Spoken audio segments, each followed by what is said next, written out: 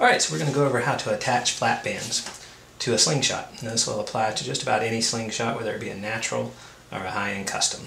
All flat bands go on pretty much the same. And there are some contentions out there in the world of flat band shooters that it has to be one way versus another. It has been my experience that as long as they're tied on consistently and the same on each side with the same length, it really doesn't matter. But I'm going to show you how I like to do it. So all Flippinout Slingshots come with a logo, a maker's mark that designates the front of the slingshot. Some slingshots do have actual ergonomic elements that give it a handedness and a certain face that the shooter holds. So let's assume that this one had the scallops. So we'd start by placing the face of the slingshot, that which faces the shooter, down on our table. Then we'd take a look at our band set. With band sets, you always want the ammo to be seated in the pouch where the ears, little bits where the bands are tied over, are on the outside when the ammo is grasped. So here we are, we're looking at the back of the band set. So it's important to turn this upside down and lie it in place. Some folks, if they're not using a reference point on the slingshot, will like to mark their bands. That does help with consistency and tying in. But we're simply just going to use a reference point on the slingshot. So we've got the band here in place where we want it to go. We've got a groove here we can see that the tie material seats down into. So to start, we're just taking simply either it could be an office rubber band or just this is a scrap of TheraBand, which is left over from band making. And we just lie it in place. And the first wrap is most important. So bring your first wrap around and lock it in place.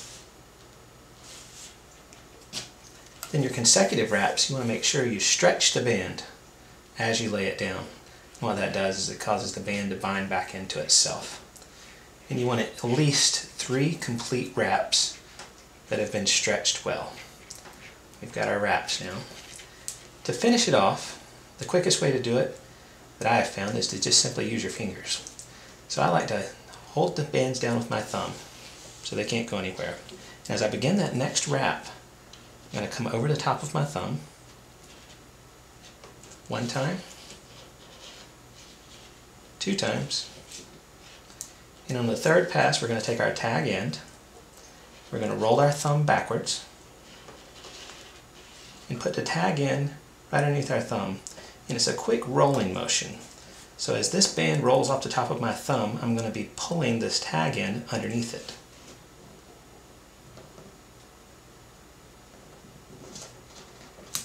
Like so. And you can take the tag in and free it up.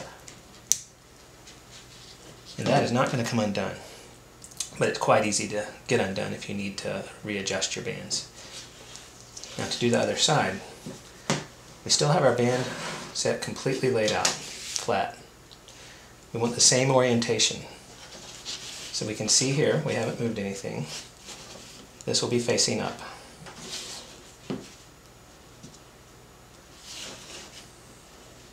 So we see here, everything looks even. The orientation, the angle of the band going into the pouch is the same on this side as it is on this side. We can see here how this is off. The orientation of the bands are in the same direction, when working opposite to one another. So once you've got your band located, it's as simple as tying it on as we did before.